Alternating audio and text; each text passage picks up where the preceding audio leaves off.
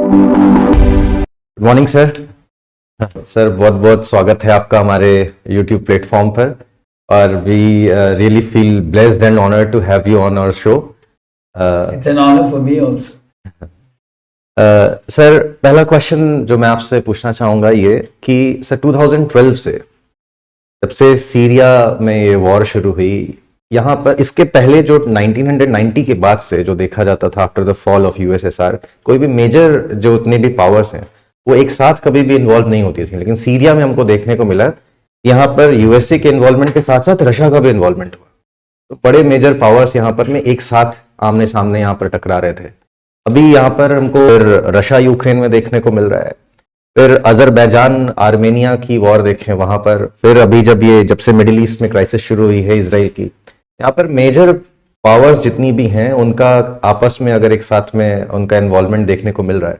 फिर ये भी बात बोली जाती है कि हर 50 to 100 ईयर्स में दुनिया की बाउंड्रीज चेंज होती हैं। फिर आजकल चाइना भी बड़ा एग्रेसिव है ताइवान को लेकर, ओपनली उनके यहाँ पर डॉक्यूमेंट्स पब्लिश किए जाते हैं कि 2025 तक वो ताइवान और 2040 तक अरुणाचल ले लेंगे। इंडिया के बॉर्डर पर भी वो ऐसे ही स्कर्मिशेज होती हैं। तो सर दुनिया किधर बढ़ रही है? क्या are we heading towards a world war? क्या कोई मेजर बाउंड्री चेंज होने वाली है कुछ?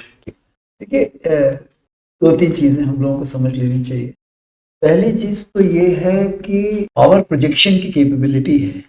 पहले because of cold war period था, तो उसमें क्या था कि दो इक्वली मैच्ड पावर, एक के पास न्यूक्लियर एसेट्स ज्यादा थे, एक के पास कन्वेंशनल फोर्स, जिसकी वजह से वो म्यूचुअली एश्योर्ड डिस्ट्रक्शन था, की वजह से डिटेंट रहा कि आपस में एक दूसरे पे अटैक। लेकिन वो सिचुएशन 1991 के बाद सोवियत यूनियन कोलैप्स हुआ, उसके बाद से वो सिचुएशन जो है बिल्कुल बदल गई। वो सिचुएशन इसलिए बदल गई क्योंकि आज दुनिया में उसके बाद एक सुपर पावर बची, यूएसए, सोल हेजिमॉन। तो अभी क्या है कि उसके बाद सोवियत यूनियन के पास, या उनका जो सक्सेसर स्टेट था फ्यूजन के बाद, रशियन फेडरेशन जब आया, तो रशियन फेडरेशन के पास रिसोर्सेज की कमी नहीं, उनके पास ऑयल है, कोल है, तो रिसोर्सेज हैं। लेकिन शुरू में क्योंकि जो उनकी इंटरकनेक्टिविटी थी, क्योंकि इन्होंने क्या किया था कि लेनिन के जमाने से सोवियत यूनियन ने इंटरकनेक्टिविटी के लिए कुछ चीज़ें यूक्रेन में बनती थी, कुछ चीज़ें उनकी जो है सेंट्रल एशिया में बनती, कुछ चीज़ें उनकी मेन इनलैंड रशिया में बनती थी, रिसोर्सेज जो थे साइबेरिया में थे, तो ये इंटरकनेक्टेड। लेकिन इसमें कुछ समय लगा इसको करने में कि इस तरीके से वो डिसंगेज करके, फिर जब प्रेसिडेंट पुतिन आए, क्योंकि एक तो कंटिन्यूटी मिली और उनको क्या लगा कि भाई तो यूएस के इंटेंशन भी बिल्कुल क्लियर नहीं थे, क्योंकि उनको विश्वास नहीं था कि रशियन फेडरेशन फिर से कोशिश नहीं करेगा जो सोवियत यूनियन कर रहा था। तो उन्होंने एक अलग से अपना बनाना शुरू किया। जैसा कि 1991 में उनके सेक्रेटरी ऑफ स्टेट थे जेम्स बेकर, उन्होंने बोला था, गोर्बाचेव से उन्होंने बोला था कि भाई NATO will not move an inch eastward। लेकिन ऐसा नहीं है, कहाँ तो सिर्फ ईस्ट जर्मनी की यूनिफिकेशन के बाद बोला कि ईस्ट जर्मनी के वेस्टवर्ड ईस्टवर्ड नहीं बढ़ेंगे। 13 देश थे, आज वहां उसमें 31 देश हो गए। अच्छा, जैसे जैसे बढ़ते गए, अभी क्या है कि अब इनकी रेंज आप देखिए कि अगर मिसाइल यूक्रेन में डिप्लॉय हो गई तो पूरा रशिया उनकी जद में आ जाएगा। आज की तारीख में जब से फिनलैंड ने ज्वाइन किया है, तो लेनिनग्राड या जिसको सेंट पीटर्सबर्ग बोलते हैं, वो उनकी मिसाइल की रेंज में। तो ये तो एक रशिया के लिए बहुत खतरा पैदा हो गया। नंबर बाल्टिक कंट्रीज आल्सो, जी बाल्टिक कंट्रीज है। तो ये इस तरीके से ये बहुत बड़ा एक ये सिक्योरिटी सिचुएशन की बात। इसमें ये सोवियत रशिया वर्सेस यूएस का हो गया और इसमें यूरोप का भी है। मतलब ये कह सकते हैं कि रशिया को अगेंस्ट द वॉल पुश किया गया, उसके बाद ये सारी चीजें कर रहे हैं। अच्छा, अभी एक तो ये हुआ। अब आप आइए ईस्ट में। जब आप ईस्ट में आते हैं तो चाइना का क्या है कि जैसे जैसे उनकी इकोनॉमी इंप्रूव होती गई, तो अब उनको ये लगने लगा है कि अगर नेक्स्ट स्टेप क्या, तो उन्होंने एक, जब से शी जिनपिंग आए 2013 के बाद से, तो एक उनके एक नए एस्पिरेशंस उन्होंने अपना कहा कि 2025 तक, जो कि कम्युनिस्ट पार्टी की शुरू हुई थी तब जो है उनका एक टारगेट है कि यूनिफिकेशन, और उसके बाद 2049 जो कि 100 साल हो जाएंगे पीआरसी को बनेंगे चाइना को, वो they want to become sole super power. अच्छा, सोल सुपर पावर बनने के लिए आवश्यक क्या है? एक तो इकोनॉमी स्ट्रांग होनी चाहिए जो उनकी हो रही, दूसरा कि उनको लेकिन फिर भी आगे बढ़ने की कोई, क्योंकि अगर आप देखो साउथ चाइना सी बहुत आगे ईस्ट चाइना सी, तो ईस्ट चाइना सी में जापान से उनकी इश्यूज थी, सिनकाकू आइलैंड या शेंगुआ करके एक गैस फील्ड है जो कि है चाइना में, लेकिन उसके लिए वो कह रहे थे कि भाई हम शिप्स जो है वो जापानीज वाटर में होते हैं, ईजेड में, तो जापान ने उस पर वो उसमें डिस्प्यूट हो गई। साउथ चाइना सी में स्प्रेटली आइलैंड पे और पैरासिल के ऊपर काफी जिसको कहा जाए कि स्कारबोरो शोल है, जैसे फिलीपींस, वियतनाम, स्प्रेटली पे सबका क्लेम है, इवन मलेशिया। तो वो एक उनको बहुत बड़ी इशू थी कि भाई ये चाइना चाहता था कि हम इस पे कब्जा कर लें। तीसरा जो आपकी माइक्रोचिप की बात है, जो ताइवान तो उसमें है आगे, लेकिन इनकी इंटरडिपेंडेंस पीआरसी पे थी, क्योंकि पानी है लेकिन उनके पास सिलिका नहीं है, सिलिका वो मेन लैंड से लेते थे, तो इसलिए चाइना चाहता था कि हम उस पर कब्जा करें। अभी इनकी जो सबसे बड़ी समस्या थी कि इनका करीब 71% जो ऑयल जो था वो आता था मलाक्का स्ट्रेट से। मलाक्का स्ट्रेट के ऊपर हिंदुस्तान ऐसे बैठा हुआ है जैसे कि बोतल के ऊपर एक कॉर्क होती है, तो ये जो है ये इसमें इनकी बात नहीं बन रही। वो हु जिंटाओ जब प्रेसिडेंट थे, जो पिछले वाले थे, उन्होंने बोला भी था मलाक्का डिलेमा, तो मलाक्का डिलेमा के वो मलाक्का को अवॉइड करना चाहते, तो उनको 4 ऑप्शन है। पहला ऑप्शन ये कि ग्वाडार पे हम आ जाए, एंड ग्वाडार में बलूचिस्तान से होते हुए जिंजियांग पहुंचे। आप ये अगर देखो, ये है ईस्ट चाइना सी और ये है साउथ चाइना सी। तो साउथ चाइना सी में जो वियतनाम, फिलीपींस, इनका इंटरेस्ट था, तो इन्होंने क्या, चाइना ने क्या सोचा कि एक तो जो उनकी ऑयल डिपेंडेंस है वो इस पे है ज्यादा, तो उन्होंने कहा कि पाकिस्तान में ग्वाडार से और ये यहाँ से होते हुए ये जाएंगे Xinjiang and then obviously thereafter East China Sea. दूसरा उनके पास ऑप्शन क्या था कि ये जो आप ये देखिए कि ये स्टेट ऑफ मलाक्का, हाँ ये तो स्टेट ऑफ मलाक्का है। इसमें क्या है कि यहाँ पे जो थाईलैंड है, यहाँ पे वो उन्होंने सोचा कि एक क्राफ एस्थमस, एक कनाल बना दिया जाए। तीसरा उन्होंने ये जो थी, ये 2 चीजें हैं यहाँ पे है, एक सुंदा है और एक है लंबॉक स्ट्रेट, इससे निकल करके और यहाँ है।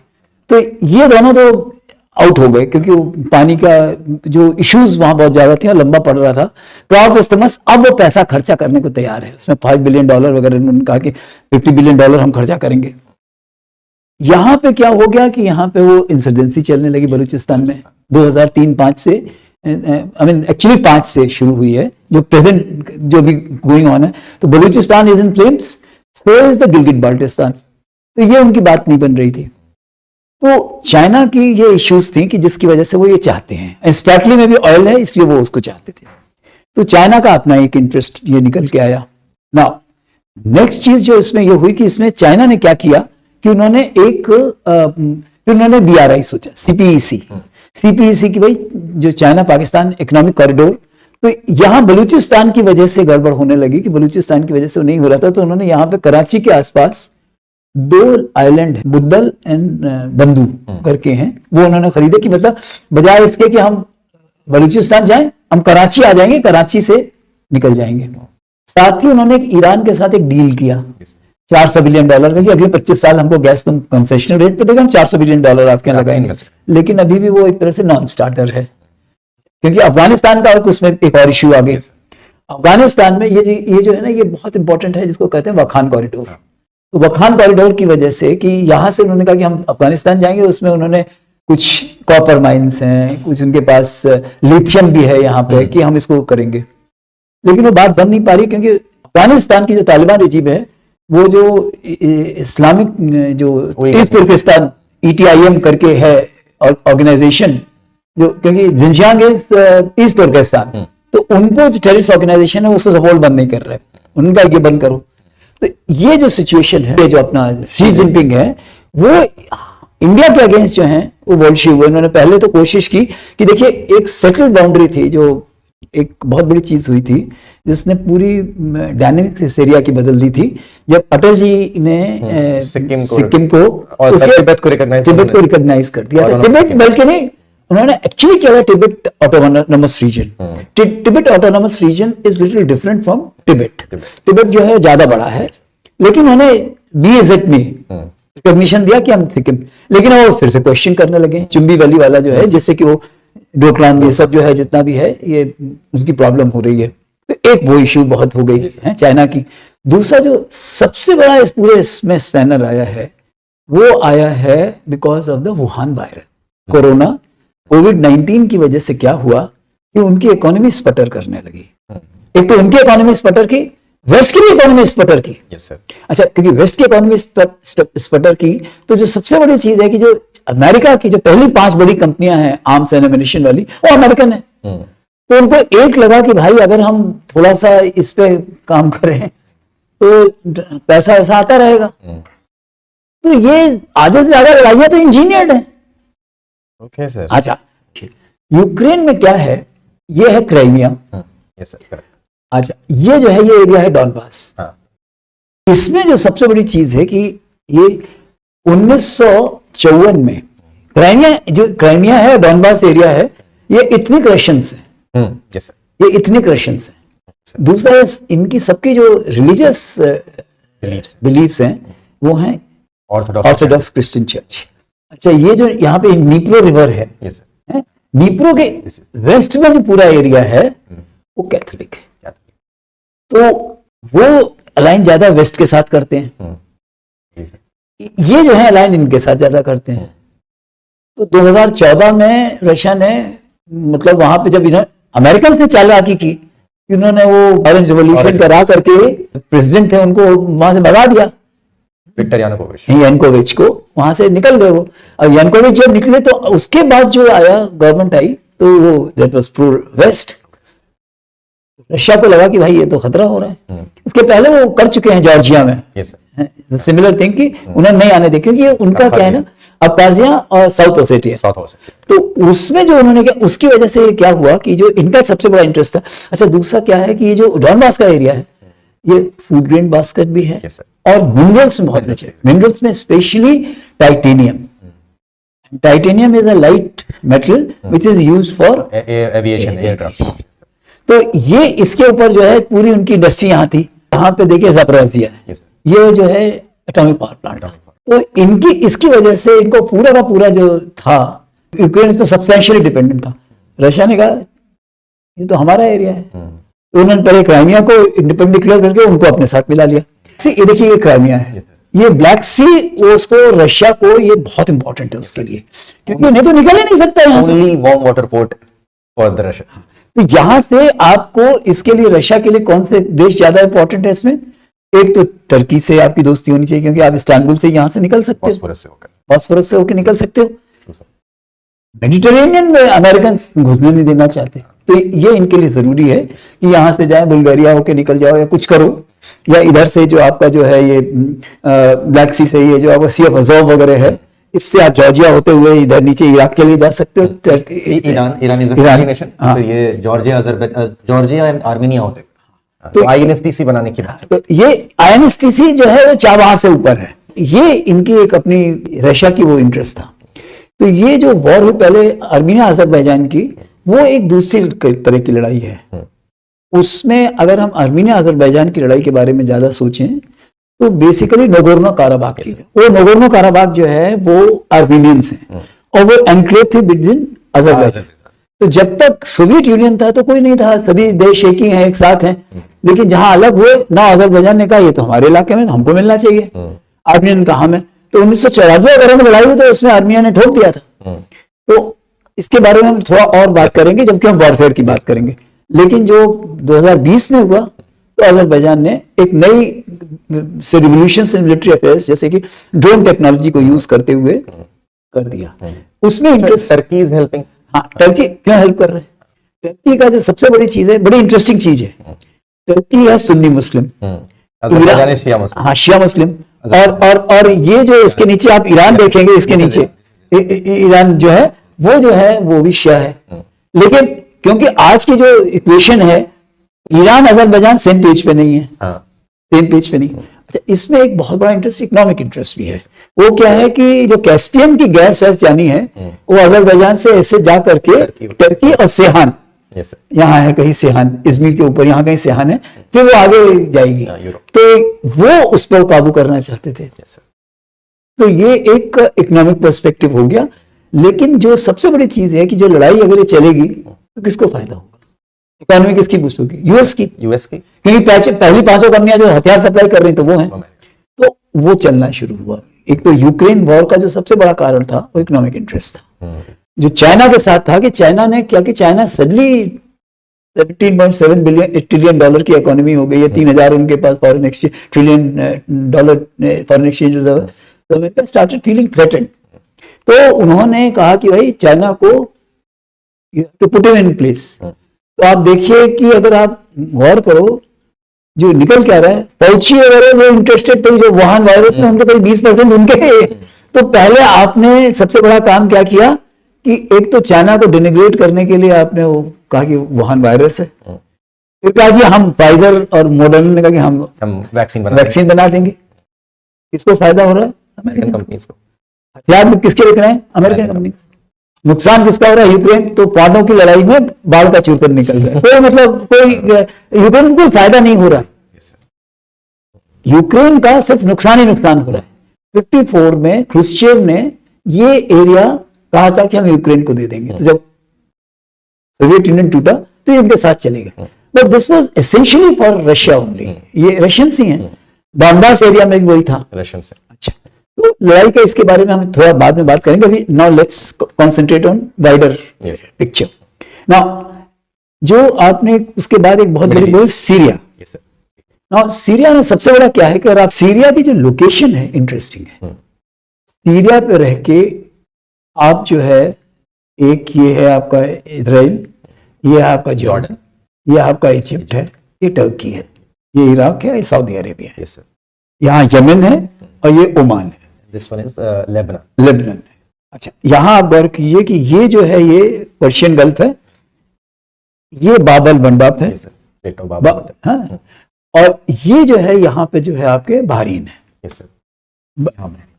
बहरीन में जो है ये अमेरिकन 6th फ्लीट है। अच्छा, यहाँ पे जो ईरान में माउथ पे जो है यहाँ से है चाबहार, चाबहार से जो रूट आगे के चाबहार, जाहिदान, जाहिदान से सारांश, सारांश से Delaram, and you go to सीधे ताजिकिस्तान होते हुए, अफगानिस्तान से Tajikistan and Uzbekistan, and then INTC आप जो बोल रहे हो, international north south transport corridor, यहाँ से Russia and then on to it. और उसमें एक रूट इधर के लिए भी है कि ये वाला आर्मेनिया या फिर अजरबैजान होते हुए तो रशिया। तो ये दोनों रूट जो हैं ये इंपॉर्टेंट रूट।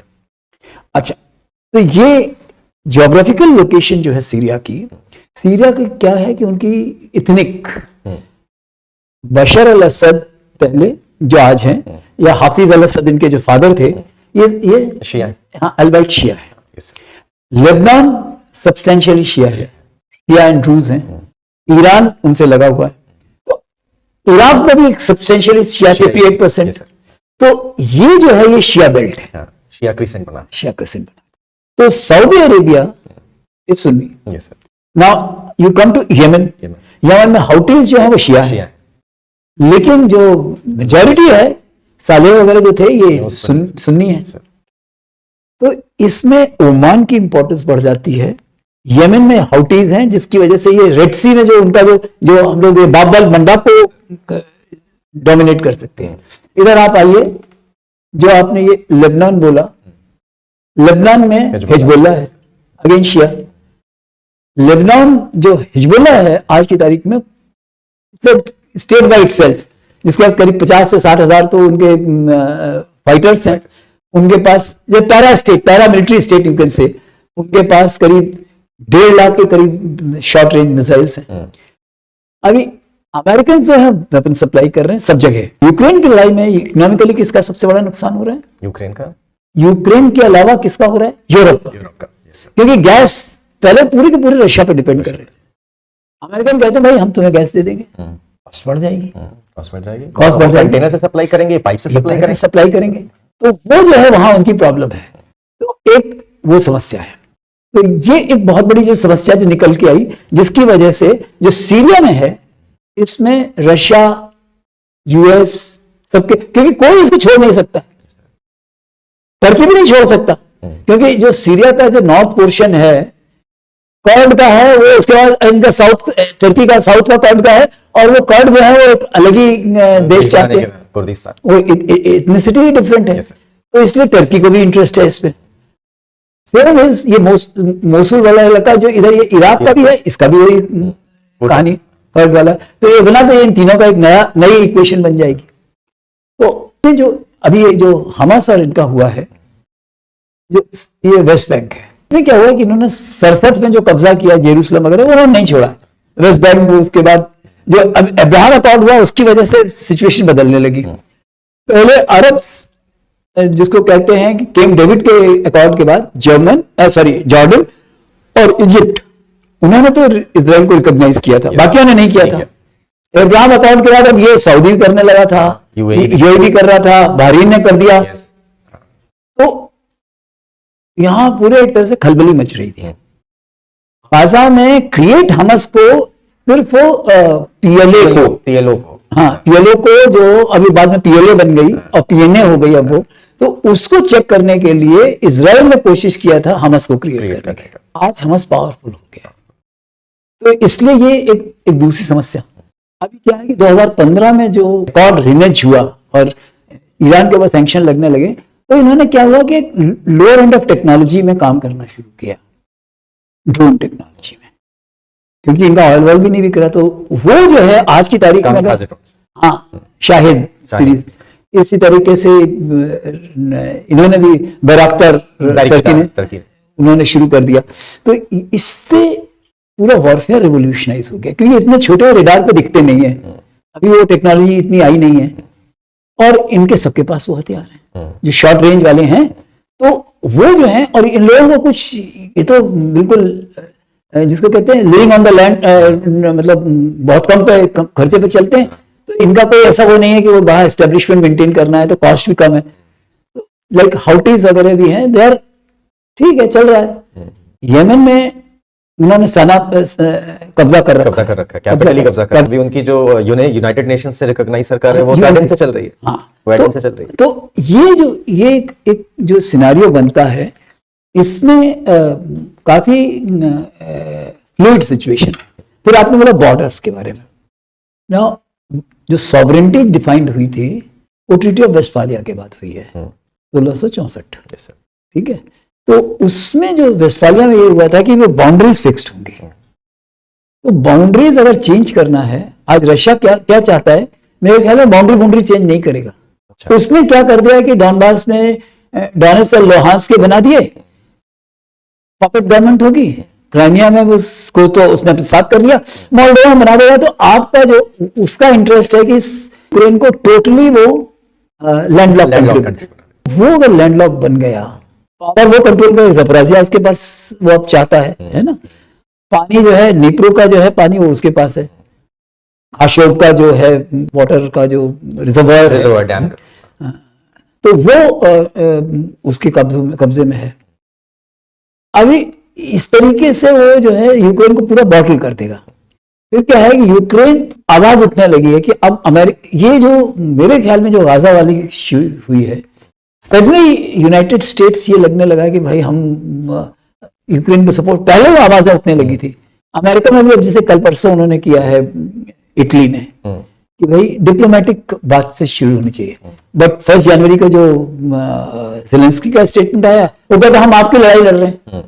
यूरोप कह रहा है भैया ना लड़ो हमारी लड़ाई, और कहते हमको हथियार दो, हमको पैसा दो, तो हम लड़ते रहेंगे। ऐसा होगा नहीं। तो वो जो है, वो मेरा ख्याल है वो लड़ाई बंद नहीं होगी, चलती रहेगी। तो बाउंड्री चेंज नहीं होगी, क्योंकि बाउंड्री चेंज करना बहुत बड़ी बात है, बहुत बड़ी बात है। जबकि लोगों की आवाज ना उठने लगे कि वहां से बाउंड्री चेंज करो। लेकिन क्या है, जैसे कब्जा है, गोलान हाइट्स पे कब्जा कर रखा है इजराइल ने, क्योंकि गोलान हाइट का मतलब हुआ आप दमास्कस को सीधे देख सकते हो, वो कभी नहीं छोड़ेगा। अभी इधर क्या है, गाजा वाले, ये इजराइल वाला कह रहा है कि भाई हम इनको जो है हम इनको मानते ही नहीं है, जो हम हैंडओवर पीएलए को नहीं करेंगे। लेकिन उसका क्या है कि वो कहता है कि भाई सिनाई में जाके बस जाएं। This is Sinai. हाँ, ये वाला सिनाई है ना, ये यहाँ से ये जो है ना, यहाँ से सिनाई में बस जाए। इजिप्ट कहता है हम क्यों लें तुम्हारा।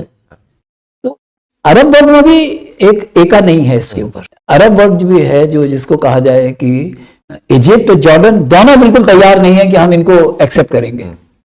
ये बिल्कुल एक्सेप्ट करने के मूड में नहीं है कि जो पैलेस्टीनियंस जाएं, क्योंकि 1970 में वो ठोक चुके हैं जॉर्डनियंस। ब्लैक सितंबर, 1 to 3 सितंबर को जो हुआ था with the help of Pakistan. तो उसमें जो सबसे बड़ी चीज जो है कि यहाँ पे बाउंड्री चेंज नहीं होंगी, लेकिन इस लड़ाई से अच्छा नेतन्याहू को क्या फायदा हो रहा है? जिस दिन ये लड़ाई बंद हुई हो तो बाहर हो जाएगा। अच्छा 240 को निकाल भी नहीं पाया है। जब तक तुम अच्छा अभी क्या आईसीजे में आज की तारीख, आज जैसे आया है साउथ अफ्रीका ने जो केस किया था आईसीजे में कि भाई तुम तो जीनोसाइड कर रहे हो, क्योंकि 2.3 मिलियन पीपल वो बेघर बार हो गए, 23,000 लोग मर गए हैं, एंड आपके 240 तो निकल के नहीं आ पाए। ईरान उसमें से मदद किए जा रहा है। तो ये जो है सिचुएशन बहुत ही वोलेटाइल है इस वक्त। अच्छा, इस सब में एक बहुत बड़ी प्रश्न आता है कि इंडिया का क्या इंटरेस्ट होगा। वो एक सबसे बड़ा सवाल मेरे ख्याल में आपके दिमाग में आना चाहिए। जो इंडियन इंटरेस्ट की बात अगर हम लोग करें, यूक्रेन वॉर में एक तो हमने इंडिपेंडेंट, हमें स्ट्रेटेजिक ऑटोनॉमी, हमने बोला कि पहली चीज हम लोग जो यूक्रेन वॉर में हम कह रहे हैं कि भाई ये लड़ाई नहीं होनी चाहिए, this is not the era of war, that is what prime minister said. तो एक तो हमने वो सबसे बड़ी बात करी कि भाई लड़ाई नहीं होनी चाहिए, लेकिन at the same time genuine concerns of Russia should be addressed, ये भी हमने बोला है। तो US will have to listen to genuine concerns of Russia. उनको क्या लग रहा है कि आज नहीं, जैसे कि वो लोगों को डरा रहा है ज़ेलेंस्की कि आज हमारे ऊपर है, कल इसके बाद आएगा लिथुआनिया, लातविया, मोल्डोवा, ये सारे कैप्चर कर लेगा रशिया। रशिया ने अभी तक कुछ बोला नहीं है। ओनली थिंग कि इन देशों में वो चाहता है कि होस्टाइल रिजीम ना हो। सबसे बड़ा उसका इंटरेस्ट है कि इस पे होस्टाइल रिजीम ना हो, क्योंकि रिजीम होस्टाइल होगी और वो जितना कि हमने 2 मिलियन दे दिया, 4 मिलियन दे दिया, 50 मिलियन दे दिया, उससे कुछ उसका फर्क नहीं पड़ता, क्योंकि उसकी इकोनॉमी इंडिपेंडेंट हो चुकी है। 2014 से जो सैंक्शंस लगाए वो रेजिलियंस आ गई है, और उसके बाद जैसे हम लोग पहले बात की कि रिसोर्सेज हैं उसके पास, तो वो अपना बेच रहा है और कर रहा है। तो जो यूक्रेन में है, इंडिया का ये स्टांस है कि नहीं जी, हम लड़ाई नहीं होनी चाहिए, but at the same time Russia के जेन्युइन कंसर्न्स को एड्रेस करना चाहिए।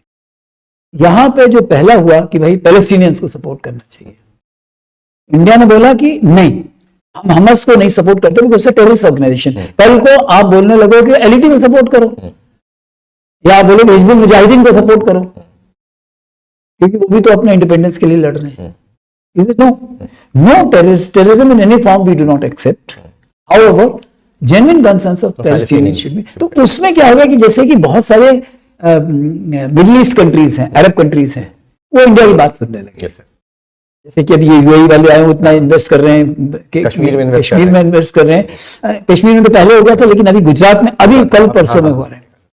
अच्छा, अभी क्या है कि इसमें चेक रिपब्लिक भी आया था गुजरात समिट में, उनसे भी बातचीत हुई है। तो चेक रिपब्लिक से उसकी वजह से जो है कि एक अलग हम लोग उनसे बातचीत कर रहे हैं। एक हम लोगों ने क्या किया है कि बीआरआई को स्कैटल करने के लिए आप देखिए कि इटली, हम लोगों ने क्या सोचा कि यहां से ये आएंगे और इधर से यूएई पे, और यूएई से सऊदी अरेबिया से इजराइल में हाइफा से साइप्रस होते हुए ग्रीस में Paris, and then on to it, one route to Italy. अच्छा, अभी क्या है कि जो त्रिस्ते था, जो बीआरआई था वो इटली तक था, इटली ने एक्सेप्ट किया, अभी इटली निकल गया, तो बीआरआई को आपने पैटल कर दिया। तो अब हम लोगों ने 2 अपने ऑप्शन बना लिए, एक इधर से जाकर के इटली पहुंचने वाला और ग्रीस पहुंचने वाला, और एक आईएनएसटीसी जो भी बात कर दे, आज नहीं कल इश्यूज रिजॉल्व होंगी। तो ये एक जो एरिया बना। तीसरा हम लोगों ने जो सबसे अच्छे किया, G20 के पोस्ट जो 30 मेंबर्स की अफ्रीकन यूनियन है उनको हम लोगों ने मेंबरशिप दिलवा दी G20 की। तो आज जो कल तक वो पूरी तरह चाइना के इन्फ्लुएंस में थे, आज उनको सब्सटेंशियली हम लोगों ने उनको विनवे कर लिया, पूरी तरह नहीं हुए लेकिन विनवे हो गए हैं। वो इंडिया पे भी दोबारा देखने लगे हैं। तो एक तो इंडो अफ्रीकन समिट भी कराते हैं, Indo African summit, south south cooperation और वो सब चल रहा है। तो एक बहुत अच्छी बात हुई है ना। इस लड़ाई का जो नुकसान क्या हो रहा है, क्योंकि आप हाउटीज इसको, ये बाबल मंडप बेसिकली वो इसको इस पे ज्यादा है उनका, क्योंकि उनका यमन से यहाँ पे ज्यादा कर सकते हैं। पूरा बोलो कि यहाँ जाके कर लो, ऐसा तो नहीं हो सकता, लेकिन चोक पॉइंट उनके पास, चोक पॉइंट है उनके पास। तो अभी हमारे क्या होगा कि अभी इसमें नहीं हो रहा है, तो हमको यहाँ से नीचे जा करके अभी शिप्स ये अफ्रीकन रूट ले रही हैं पूरा, केप ऑफ गुड होप। तो ये बहुत, यहाँ से जाके फिर पोर्चुगल वगैरह से, यहाँ से कहीं से जिब्राल्टर से एंटर होंगे तो बहुत कॉस्ट बढ़ती जा रही है। 10 दिन का ज्यादा समय लगता है, 10 समय ज्यादा लग रहा है। तो ये एक बहुत बड़ा नुकसान हो रहा है। अच्छा, तो ये तो इस इलाके का है। Now let's come down to slightly this side, Asia Pacific. Now Asia Pacific में जो है कि इसमें बहुत सारे छोटे छोटे आइलैंड्स हैं, छोटे छोटे आइलैंड्स हैं। तो हम लोगों ने पहले तो फिलीपींस में अमेरिका फिर से आ गया, पहले तो यहाँ से निकल गया था लेकिन फिर से आ गया है। साउथ कोरिया उसके साथ है, नॉर्थ कोरिया जो है चाइना के साथ है, और चाइना रशिया की एक क्वेश्चन है। साउथ कोरिया आपने जैसे देखा कि they are supplying weapons to even short range missiles to Russia. North south Korea. तो एक तो वो एक क्वेश्चन है, जो छोटे आइलैंड्स हैं, India is trying to move them. उनको एक बेस फैसिलिटी मिल गई है, ये जो ये ना सबांग पे इंडोनेशिया। तो इन सब के चलते हुए जो एशिया पैसिफिक है, ये बहुत इंपॉर्टेंट एरिया बनता जा रहा है हमारे लिए भी, अमेरिका के लिए भी। इसलिए अमेरिका हमको सपोर्ट भी कर रहा है इन चीजों में। लेकिन चाइना की अपनी जो इश्यूज हैं, जो सबसे बड़ी उनकी इश्यू है, एक तो उनकी इकोनॉमी स्पटर करने लगी है, क्योंकि वुहान के पोस्ट। दूसरा जो उनकी पॉपुलेशन है वो घटने लगी है, कारण क्या, 1 चाइल्ड नॉर्म से उन्होंने बच्चे कम किया। फिर अब वो कह रहे हैं कि नहीं, तुम 2 चाइल्ड नॉर्म कर दिया 16 में, कर दिया, अब 3 भी कर दिया। अब उन्होंने बोल दिया शादी बनाओ, साथ रहो, लेकिन पॉपुलेशन नहीं बढ़ रही। People have got used to 1 child norm. तो उसकी वजह से एक तो, अच्छा, अगर आपके पास बंदे नहीं होंगे, एजिंग होने लगी, जिसका सबसे बड़ा नुकसान कि आपको मैन्युफैक्चरिंग के लिए आपको तो मैन पावर चाहिए, है नहीं। तो एक वो उनको बहुत बड़ा नुकसान हो रहा है। दूसरा एक जो चाइना के साथ जो बड़ा नुकसान हो रहा है, ग्लोबल वार्मिंग। उनके आप देखिए कि सारी जितनी भी जो मैन्युफैक्चरिंग फैसिलिटी है वो साउथ में है, ये कोस्टल एरिया से। पॉपुलेशन भी यही है, क्योंकि यहाँ क्या है कि टकला मकान और गोबी डेजर्ट, तिब्बत, इनर मंगोलिया, मांचूरिया। सो उसकी वजह सारे अनस्टेबल एरिया हैं।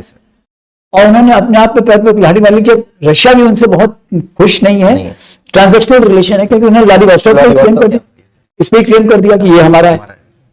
तो विद ऑल दिस थिंग, अगर जैसे कि सी राइज हो रहा है 2.3 मिलीमीटर, दे आर सेइंग कि अगर ये हो रहा है 2100 तक, 2100 तक 1 मीटर बढ़ गया, तो आधे से ज्यादा इनका एरिया जो है कोस्टल एरिया सबमर्ज। दूसरा क्या है कि बिकॉज ऑफ ग्लोबल वार्मिंग, जो 46,000 ग्लेशियर्स हैं तिब्बत में, वो सूखने लगे। तो अभी मेजर रिवर्स तो तिब्बत से आती है। अच्छा, पोल्यूशन बहुत बढ़ता जा रहा है, क्योंकि पॉपुलेशन बढ़ी है। तो जिससे कहा जाए करीब 600 शहर ऐसे हैं उनके यहाँ जिनमें कि पोर्टेबल वाटर नहीं बचा है, पानी पूरा पोल्यूटेड है। करीब 33 मिलियन एनवायरमेंटल रिफ्यूजीज हैं चाइना में, इसीलिए जो इस साल यांगसे जो है वो सूखने लगे। अच्छा, अभी क्या नॉर्थ में जो है, जहाँ एग्रीकल्चर उनका हो सकता है, वहाँ पानी नहीं है, तो साउथ से वो उन्होंने जागनू डैम बनाया जिससे कि पानी ले जाए। अभी क्या उन्होंने कि एक मेडॉग में से आ रही है ये ब्रह्मपुत्र, तो जहां ये एंटर करती है, इस पे उन्होंने इससे जस्ट ऊपर वो एक मेडॉग काउंटी है, उसमें 60 गीगावाट का एक पावर स्टेशन बना रहे हैं। वो कह रहे रन ऑफ द रिवर होगा, लेकिन ऐसा नहीं है। उसकी वजह से पानी वो अपने यहाँ ट्रांसफर करना चाहते हैं। तो चाइना को एक बहुत बड़ी समस्या है पानी की आने वाले दिनों में, लेकिन उससे नुकसान हमको और बांग्लादेश को होगा इसी तरीके से। तो ये जो एंट्री के यहाँ पे ही एक डैम बनाया है चाइना ने, नगरी करके वो है अली प्रीफेक्चर में, तो वहां पे उसको डैम बनाया है। इसी तरह से अगर उन्होंने देखो ये पंजाब वाला इलाका है जो ये सतलुज आ रही है, ये यहाँ पे, यस सर, सतलुज यहाँ पे। यहाँ से ये सतलुज है ना, ये ज्यादा प्रीफेक्चर में उन्होंने एक डैम बनाया है, तो पानी उनको छोड़ना पड़ रहा है क्योंकि उसके बगैर उनका काम चलेगा नहीं, और वाटर को एज ए वेपन भी बाद में यूज कर सकते हैं। यस सर, एक 1997 का एक यूएन का कन्वेंशन है, that is about the trans boundary rivers के ऊपर, ओके सर, जो चाइना ने साइन नहीं किया, तो वो मानते ही नहीं है। राइपेरियन स्टेट्स के राइट्स हैं कि लोअर राइपेरियन उनको भी पानी पे उतना ही हक है जितना कि अपर राइपेरियन को। उसने मेकॉन में नहीं सुना, उसने साल्वीन में नहीं, इरावदी में नहीं सुना, वो जो ब्रह्मपुत्र में भी नहीं, ब्रह्मपुत्र में नहीं सुन रहा, जो अरुण और कर्नाली वहां से निकल रहे हैं उन पे भी नहीं सुन रहा, उस पे उसने जो आगे चल के बाद में घाघरा बन जाती है, उस पर भी वो नहीं सुन रहा। तो एक तो पानी का उसका जो है ना, लास्ट थिंग जो which I would like to address, India का रिलेशनशिप विद नेबर्स। ये एक बहुत बड़ा सवाल आपके दिमाग में होना चाहिए कि क्या हमारी नेबरहुड पॉलिसी फेल हो रही है। आज की तारीख में अगर आप गौर से करो तो सिर्फ बांग्लादेश एक ऐसा देश है जिससे हमारे रिलेशनशिप ठीक है, लेकिन बांग्लादेश भी हमारा, जैसे उसने जिसको कहा जाए कि कॉक्स बाजार, सोनालिया, उसमें उनको बेस फैसिलिटीज दे रखी है चाइना को। दूसरा जो भूटान के साथ वो बातचीत कर रहा है, नेपाल दोनों तरफ खेल रहा है, मालदीव्स जो गवर्नमेंट चेंज होने से वो तो पूरा चाइना के साइड में जाने की कोशिश कर रहा है, हालांकि नहीं जा पाएगा, वो एक अलग बात है, लेकिन कोशिश कर रहा है। श्रीलंका को नुकसान हुआ, अब वो आपकी बात करने लगा, लेकिन अभी भी उसके ऊपर बहुत बड़ा, उसने बोला अगले 3 साल हम उनके शिप्स को नहीं आने देंगे, लेकिन चाइना कहां सुनेगा।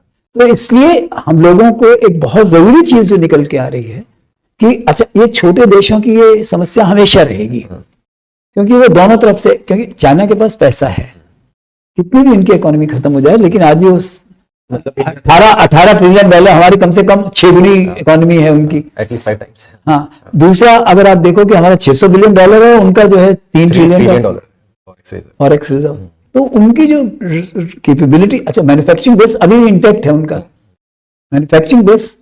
तो अनलेस, तो इंडिया को 2-3 लेवल पे काम करने की, एक तो स्ट्रैटेजिक ऑटोनॉमी, हमको अपना आत्मनिर्भरता बढ़ानी पड़ेगी, हम लोगों को एक बिनाइन पावर की तरह अपने नेबर्स को सपोर्ट करते रहना पड़ेगा, चाहे वो करें ना करें, क्योंकि गुजरात डॉक्ट्रिन, गुजरात डॉक्ट्रिन नहीं, Gujarat doctrine was a appeasement doctrine, no, it is 1 to 1, जैसे कि अभी मालदीव्स के केस में हमने किया नेबरहुड फर्स्ट। हाँ, लेकिन जहां जो ये हुआ कि भाई तुम हमारे चाबी देने लगे, तो हमने कहा हम लक्षद्वीप को डेवलप कर रहे हैं, अपने आप घुटनों पे आ गया। नेपाल ने जब कोशिश की, नेपाल घुटने पे आ गया। अब वो प्रेसिडेंट जो है बाबूराम भट्टराय वगैरह पावर से बाहर है, केपी शर्मा ओली, वो इंडिया के खिलाफ बोलते रहेंगे, लेकिन पुष्प कुमार दयाल जो खुद भी कम्युनिस्ट है, वो अब इंडिया की बात करने लगे। हमने जो है because of humanitarian aids Afghanistan को पाकिस्तान के, क्यों पाकिस्तान अफगानिस्तान कभी एक साथ नहीं हो सकते, क्योंकि डूरेंट लाइन जो है उसने जो है पख्तून्स को डिवाइड किया हुआ है, तो वो पख्तून्स मानते नहीं है, क्योंकि उनका होमलैंड जो डिस्ट्रॉय हो रहा है। तो वो जो है, जहां कोई भी स्टेबल गवर्नमेंट आएगी अफगानिस्तान में, वो एंटी पाकिस्तान होगी। जो स्ट्रेटेजिक डेप्थ की वो बात करते हैं, वो उनकी बात बनेगी नहीं। तो हमें आज की तारीख में, मेरा अपना मानना है कि हमको ईरान से अपने संबंध अच्छे रखने चाहिए, notwithstanding what America wants, may not be government to government but people to people. Afghanistan से संबंध, जैसे कि उनकी क्रिकेट टीम हमारे यहाँ रह रही है, वो जब पाकिस्तान हारता है तो ताली बजाते हैं। बांग्लादेश से हमारा संबंध ठीक है। Bhutan can not be allowed to, जैसे वो बोलते हैं कि हम वॉच कर रहे हैं, तो बिल्कुल कोई भी जो हमारे ट्रीटी है उनसे रहनी चाहिए। श्रीलंका सब्सटेंशियली, मालदीव्स को बिकॉज सपोर्ट हम लोग प्रोवाइड कर रहे हैं, तो हमको एक अपना, पहले तो अपना neighbourhood we have to keep, फिर स्ट्रैटेजिक नेबरहुड, जिसमें कि एक हो गया कि जो अफ्रीका वाला कोस्ट हो गया, दूसरा we can't put all our eggs in one basket कि अमेरिका के साथ हो जाओ। एक थॉट प्रोसेस यहाँ ये भी है कि अमेरिका के साथ हमें होना चाहिए, अमेरिका नहीं तो हमारे यहाँ प्रॉब्लम क्रिएट करता रहे, क्योंकि आपने देखा होगा कि आने वाला था इस पे भी, हाँ, कि जैसे कि आसिम मुनीर अभी गए थे यूएस में, तो वो जो है फिर से, क्योंकि अमेरिका क्या पाकिस्तान को दोबारा अपने साथ लाना चाहता है। अगर आप ये गौर करो, इसकी जो स्ट्रैटेजिक इंपॉर्टेंस है, जो पाकिस्तान के इस एरिया में कंट्रोल कर रहा है, वो चाइना को कंट्रोल कर सकता है, वो रशिया को कंट्रोल कर सकता है। Central Asia. तो ये जो थ्रू सेंट्रल एशिया, तो इसलिए अमेरिका फिर से कोशिश कर रहा है कि जो चाइना के साथ अलाइनमेंट हो गया, क्योंकि आज की तारीख में इकोनॉमिकली पाकिस्तान इतना वीक हो गया है because of its dependence on China, CPEC fail हुआ जा रहा है। तो यासिन मुनीर वगैरह जो गए, लेकिन अगर आप गौर करो इंडिया के खिलाफ नहीं बोला। तो वहां अमेरिका में क्या है कि जो स्टेट डिपार्टमेंट है उसके तो ये इंटरेस्ट है, पेंटागन आपके साथ इसलिए करना चाहता है कि वो चाइना को कंट्रोल करना चाहता है। तो आपने देखिए, जहां आपने बात की कि हम मैक्रोन बाइडेन को नहीं आ रहे, स्टेट डिपार्टमेंट ने अपना चाबी दे दी, तो उनका कि हम रिपब्लिक डे के चीफ गेस्ट नहीं होंगे। तो हमने जहां मैक्रोन को किया, राजनाथ सिंह जहां UK गए और रोल्स रॉयस से की बात होने लगी, सैफरान की उधर हो रही है, इधर रोल्स रॉयस की। तो कल स्टेटमेंट आ गया कि अगले 3 महीने में हम जी की फैक्ट्री इंडिया में शुरू कर देंगे। जो पिछले मतलब ऑलमोस्ट 6 और 7 महीने से वो बिल्कुल लिम्बो में था, कोई उसकी बात ही नहीं कर रहा था G414, क्योंकि उसकी वजह से हमारा एमका, टेड-बी, ऑल दिस जो फाइटर्स हैं, तेजस मार्क 2, सब के सब उसके ऊपर डिपेंडेंट है। जो उधर हमारा जो हमारा क्या हुआ कि हम लोगों ने वेनेडियम हमारे यहाँ मिल गया, लिथियम हमारे यहाँ मिल गया, तो उसकी वजह से गैस टरबाइन वगैरह में हम कर सकते हैं। कावेरी इंजन को कावेरी को अपग्रेड करने के नए इंजन होना पड़ेगा कावेरी, तो मतलब उसकी एक लिमिट है। तो आत्मनिर्भरता बढ़ाने की हमको जरूरत है। तो ये जो है, तो जो अमेरिका से है, we can't put all eggs in, we can't leave Russia. आप देखो कि रशिया ने हमको इस वक्त भी ऑयल दिया, जिसकी वजह से हमारी इकोनॉमी को बड़ा फायदा हुआ। दूसरा, अभी जब वो जयशंकर गए तो उन्होंने कहा कि मैन्युफैक्चरिंग हम आपके यहाँ बुलाएंगे। दूसरा जो सबसे बड़ी चीज उसमें आ रही है वो कि आपका कुदान करूँ आपके पावर के लिए nuclear energy, Russia is helping. So with all this thing, you can't do without Russia. So you have to maintain your strategic autonomy. दूसरा, जो हमारा मिडिल ईस्ट में एक अच्छा बेस बना हुआ है, इसको हम खराब नहीं होने दे सकते। अमेरिका ने आपको कटार वाला, अमेरिका इंस्टिगेटेड है कि जो आपके 8 बंदों को एक्स नेवल्स को किया, दैट वाज ऑल। तो आपको एक मीडिएटर की तरह निकल के आना पड़ेगा, और वो अंडरलाइन हो रहा है कि मतलब इसमें, क्योंकि इजराइल से आपकी ठीक ठाक है, पैलेस्टीनियन से आपकी ठीक ठाक है, तो उसमें पीस ब्रोकर आप बन सकते हैं। इस साल के लिए एक बहुत बड़ी चीज है। इंडिया को एक तो आत्मनिर्भरता पे बहुत जोर देने की जरूरत है, जिससे कि हमारी इकोनॉमी ठीक है, तो इसको हमें और कैपेसिटी बिल्डिंग की बहुत जरूरत है, जिससे कि economic capacity as well as reduce dependence on China. हमारे यहाँ चाइना से बहुत ज्यादा, कि हमारी जो फार्मर्स इंडस्ट्रीज में हम बहुत नाज करते हैं, बेसिकली उसका इक्वल तो वहीं से आ रहा है, पूरा एपीआई जो है चाइना से आ रहा है। तो वो हमको उसमें काम करने की बहुत जरूरत है, एपीआई के ऊपर। मतलब इस तरह से और बहुत सारी चीजें हैं, चाहे वो स्टील हो, चाहे टेक्सटाइल हो, सब चीज ऑटोमोबाइल सब में है। तो चाइना पे आपकी डिपेंडेंस कम होनी पड़ेगी। अमेरिकन के साथ तो बहुत सारी जो अमेरिकन कंपनीज हैं, जैसे कि आपका एप्पल आ गया, इस तरह, लेकिन आपकी क्या कैपेसिटी है उसको एनर्जी, उस टेक्नोलॉजी को एब्जॉर्ब करने के लिए? Infrastructure and capacity, skilled workforce है। जो कैपेसिटी की बात कर रहा हूँ, मैं उसी की बात कर रहा हूँ, जो स्किल्ड वर्कफोर्स। तो हम लोगों को उस पर काम करने की जरूरत है।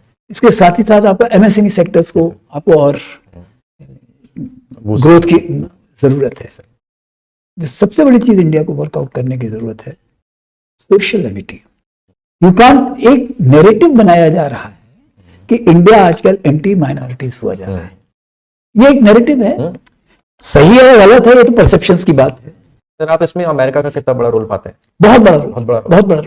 जब भी डेमोक्रेटिक पार्टी होगी, क्योंकि वोकिज्म वहां बहुत कॉमन है, तो ये जो लेफ्ट लीनिंग थॉट प्रोसेस है, ये एक रहेगा। तो एक वो है, हमारे यहाँ के लोगों को भी इसको थ्राइव करते हैं, क्योंकि अगर आप करंट गवर्नमेंट को ये दिखाओगे कि राइट विंग है टोटली, तो दे आर अगेंस्ट माइनॉरिटीज, तो लोगों को एक विचार मिलता है, एक पर्सपेक्टिव, ये एक नैरेटिव बना कि ये गवर्नमेंट जो है माइनॉरिटीज। आप 15% जो आपके माइनॉरिटीज हैं इस देश में, आप उनके बगैर आप कैसे जी सकते हो? नहीं। तो हम लोगों को जो नैरेटिव है, अगर ये फॉल्स है तो इसको इसके अगेंस्ट काउंटर नैरेटिव बनाने की जरूरत है, और अगर ट्रू है तो हम लोगों को इसको एड्रेस करने की जरूरत है। तो ये चीज हम लोगों को एज ए नेशन करने की जरूरत, जिससे कि पहली चीज तो कि हम एक साथ रहें, एक साथ हों। दूसरा, मतलब जिसको कहते थे कि वो कंसेंट्रिक सर्कल्स, तो अगला सर्कल हमारा क्या है कि नेबर्स, उसके बाद स्ट्रैटेजिक, उसके बाद आगे। एंड जो है इसमें जो आईएमएफ का रोल बहुत इंपॉर्टेंट है। चाइना ने आपका, मुझे तो लगता है कि जो सबसे बड़ा चीज है कि अगर ये होगा तो बीआरआई को चैलेंज करेगा ये, तो चाइना ने आपको इसको स्कैटल करने की कोशिश की। हमने जितने भी ऑल्टरनेटिव रूट्स बनाने की कोशिश की, चाहे आईएनएसटीसी, वो रास्ते में कोई ना कोई डिस्प्यूट आ गया, अजरबैजान आर्मेनिया का, दूसरी तरफ आईमैक बनाना शुरू किया, तो चाइना इसमें करेगा और करेगा। मतलब इन चीजों के लिए हमको तैयार रहना पड़ेगा। दूसरा क्या है कि देशों के साथ हमको इंटरडिपेंडेंस बढ़ाने की जरूरत है। चौथा क्या है कि जो एक बहुत बड़ा खतरा पूरे दुनिया को है और हमको भी बहुत है, क्योंकि हम ऐसा नहीं कि हम चाइना के लिए कह सकते कि हमारे भी तो जो आइलैंड टेरिटरी सारे डूब जाएंगे। हमारा जो ईस्ट कोस्ट है उसमें सब्सटेंशियली पानी आएगा। तो हम लोगों को भी जो क्लाइमेट चेंज और ग्लोबल वार्मिंग, इसको एड्रेस करने की बहुत जरूरत है। तो उसमें जैसे कि अमृत सरोवर प्लान है हमारा कि हर जिले में 75 वाटर बॉडीज, क्योंकि हमारे सिर्फ 129 दिन का पानी है, तो वो हमको बहुत जरूरी है। इंटरनल खुशहाली अगर आपकी बढ़ेगी लोगों की, तो आपका देश और स्टेबिलिटी आती जाएगी। तो एक उस पर काम करने की जरूरत है। एनर्जी की डिपेंडेंस देशों पे घटाने के लिए हमारे यहाँ एक बहुत बड़ी समस्या क्या है, जिसको मैं टीटीक्यू सिंड्रोम बोलता हूँ, कि जो चीज एनर्जी के क्षेत्र में जैसे टेक्नोलॉजी है, जिस चीज की फुल टेक्नोलॉजी आपके पास है वो रिसोर्स नहीं है। पेट्रोलियम आपके पास नहीं है, आपके पास थोरियम है, लेकिन आपके पास तो टेक्नोलॉजी नहीं है। अभी भी वो कल्पाका वो 97% पे अटका हुआ है, पिछले 10-12 साल से वो आगे नहीं बढ़ रहा है, क्योंकि फास्ट ब्रीडर रिएक्टर की को आईएई आपको सैंक्शन नहीं दे रहा है। तो आपके पास रिसोर्स है सोलर, उसकी एफिशिएंसी बहुत लो। कोयल आपके पास है, क्वालिटी खराब है। पानी आपके पास है, लेकिन उसमें क्या है कि उसमें सिल्टिंग हो रही है नदियों में। तो आपको पॉपुलेशन बहुत है, उसको कितना डाइवर्ट करेंगे, इरिगेशन भी करना है। इरिगेशन तो हम लोगों को क्या है कि इसको एक कॉम्प्रिहेंसिव वे पे एड्रेस करने की जरूरत है, पानी एनर्जी को, क्योंकि सबसे जरूरी चीज है इकोनॉमिक वेलबींग के लिए पानी और एनर्जी। तो जब तक अच्छा नॉन ग्लेशियल रिवर्स हैं, वाटरशेड मैनेजमेंट पे जोर देना होगा, एफॉरेस्टेशन पे जोर देना पड़ेगा, एंड जो इंफ्रास्ट्रक्चर बिल्डअप है होना चाहिए, लेकिन not at the engineering solutions नहीं चलेंगे। आपको कॉम्प्रिहेंसिव, जिसमें कि एनवायरनमेंट को भी आपको ध्यान देना पड़ेगा।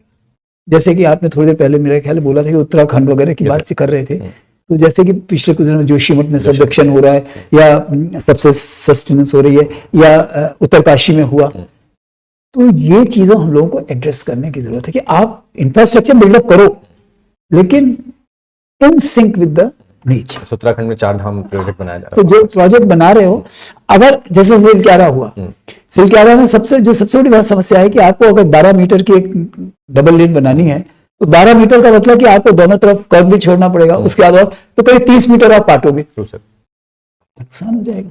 इतना पहाड़ काटोगे तो अनस्टेबल रॉक है, वो तो और नुकसान करेगा। सोल्यूशन प्रोबेबली क्या हो गया, ऐसी चीजों के लिए क्या सोल्यूशन होने चाहिए कि रोड आप चाहे 2 लेन ही बनाओ, 4 लेन मत बनाओ, आप ज्यादा हेलीपैड बनाओ, हेली कनेक्टिविटी दो, तो अपने आप कनेक्टिविटी, आपको कनेक्टिविटी देनी है। आपको आपके बायो एक बहुत बड़ा रिसोर्स है, तो यूज करो।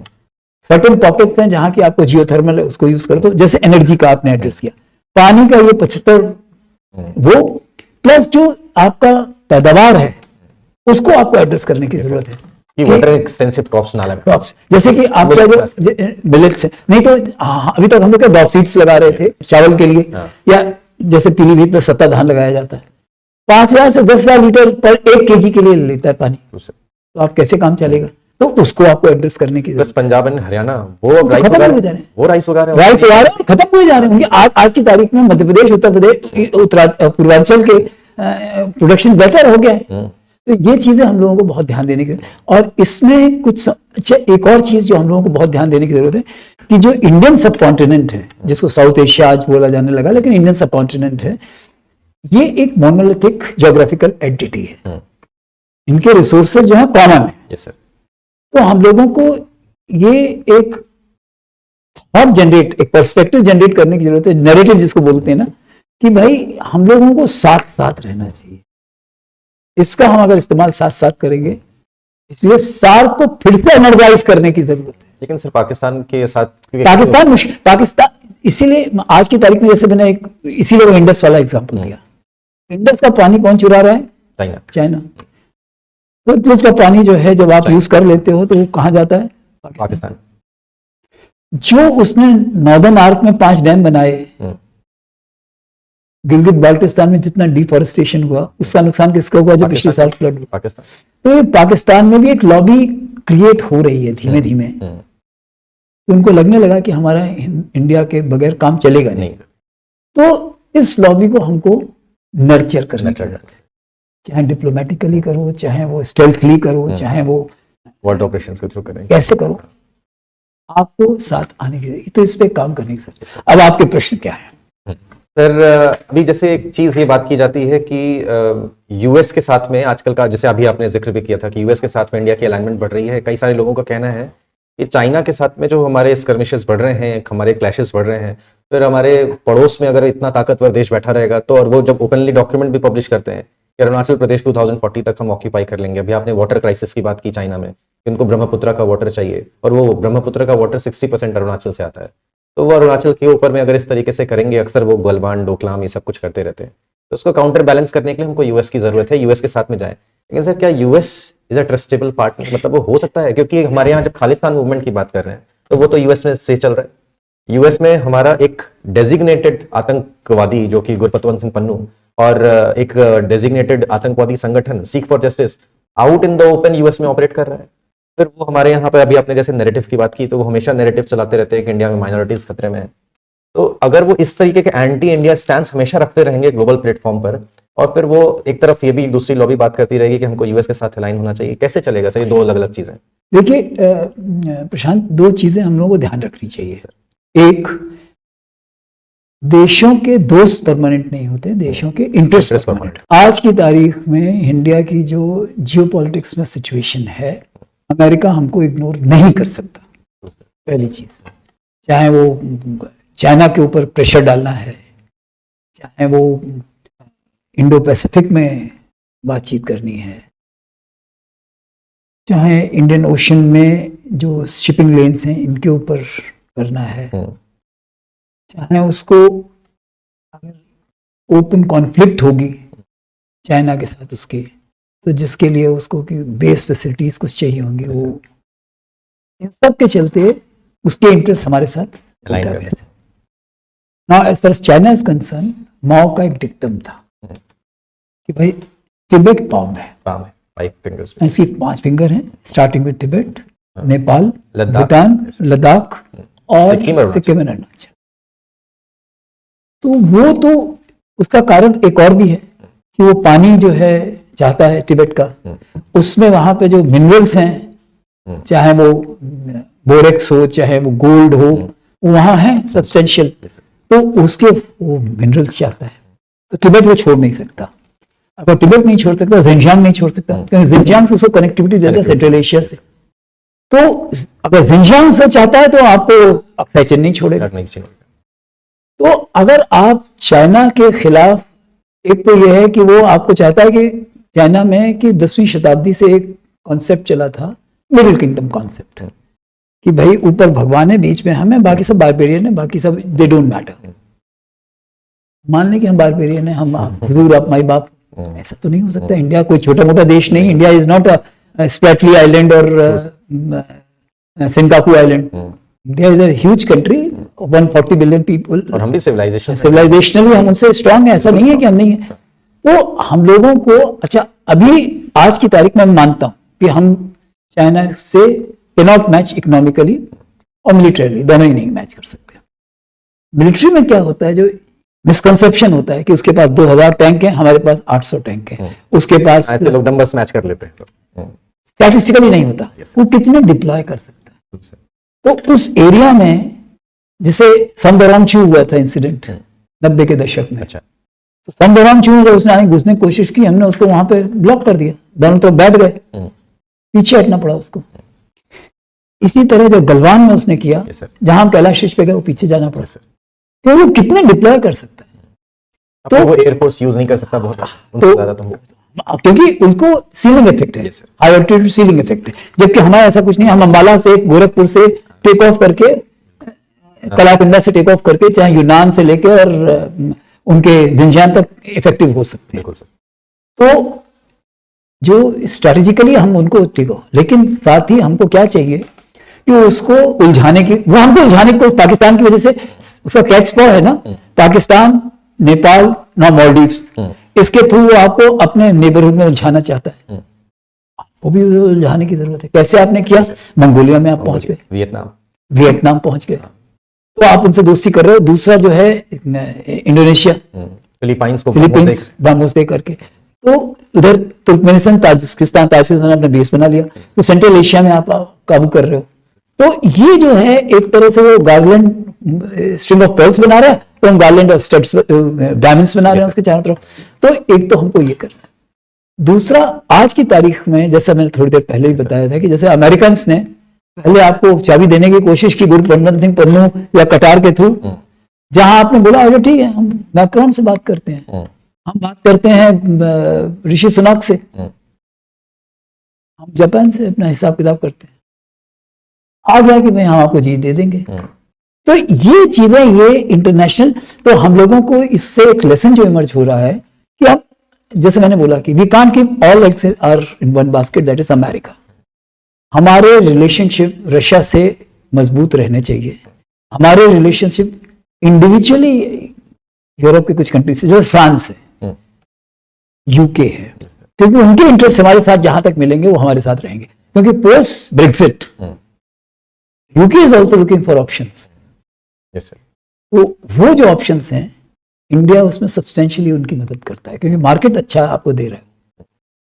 तो हमको अपनी स्ट्रेंथ पे काम करना, साथ ही जितनी हमारी manufacturing capacity, agricultural capacity, service capacity और बढ़ेगी, उतनी इंटरडिपेंडेंस बढ़ती जाएगी। आज यूएई आपके साथ क्यों आना चाहता है सऊदी? कोई तो कारण है। yes, क्योंकि ट्रेडिंग में आप उनको खाने के लिए दे रहे हो, इसके लिए दे रहे हो, तो ये जो इंटरडिपेंडेंस बढ़ रही है, तो आपके साथ वो काम कर रहे हैं, वर्कफोर्स आपका उनका है।